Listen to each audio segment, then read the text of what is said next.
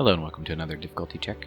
So I have played Slay the Spire before, and I did use my old file, so I kind of had a bit of an advantage, but I was still on the verge of death a lot, and I did die a few times. I think it took me like 7-8 runs to get to the end. So yeah, even with the advantage of extra cards and stuff, I still took a while to beat it. I tried to figure out where the difficulty really came from, and I feel like most of it's definitely the randomness of the cards, but also the enemies can be pretty dangerous.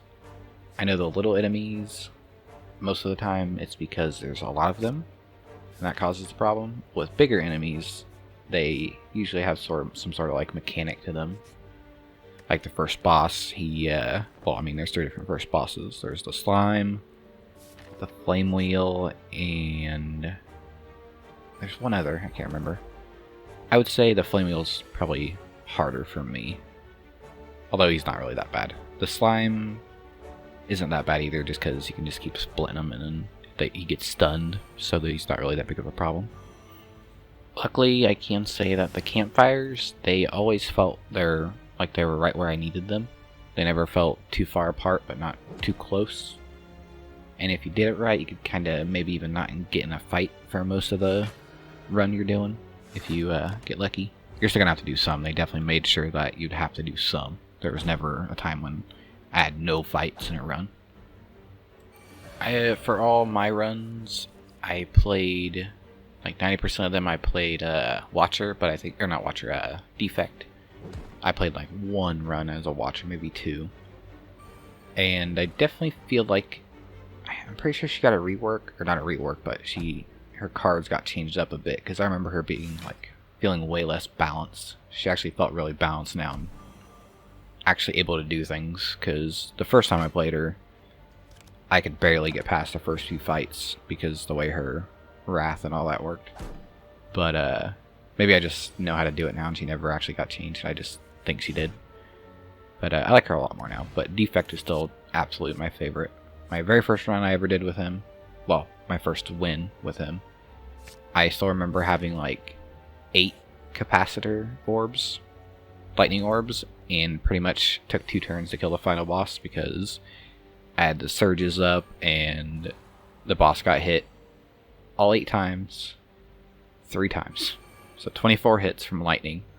And then I think I had Sunder and also the thing that, can't remember the name, the one that makes it so it will strike them for however many times you channeled lightning that turn, which I would always do a lot because my cards were set up, but definitely love the Defect. He's my favorite. Now, back to the cards. Although the enemies can be a challenge, the cards are definitely what can screw you over pretty hard. Like, you could be doing great and just not get the right cards you need. I had a run where I was getting terrible cards, and I just couldn't do anything with them, and I lost after I think I lost in the very first boss. So yeah, you can be doing great, and cards can just kinda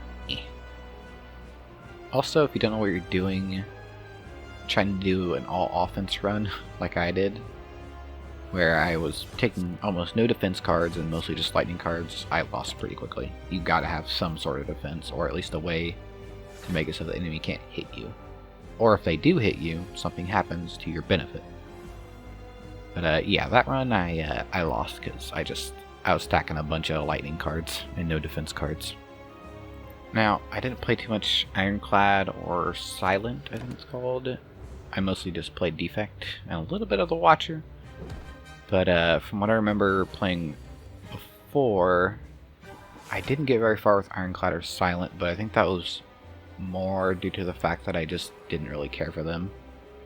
If I liked them more, I feel like I'd get further. I think the Ironclad was mostly like big damage, like straight up just big damage, and the Silent was more about poisons and defending, if I remember correctly. Then Defect's mostly about the orbs, orb channeling stuff, and then Watcher likes to go back and forth between Wrath and Calm. Out of the 4, I feel like the Watcher is probably the hardest to master. but if you can master her, she's very strong.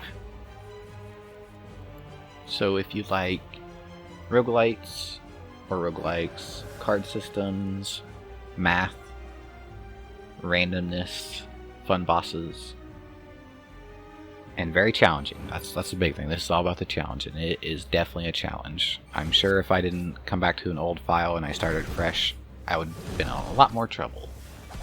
So yeah, I definitely think this has a really good challenge to it.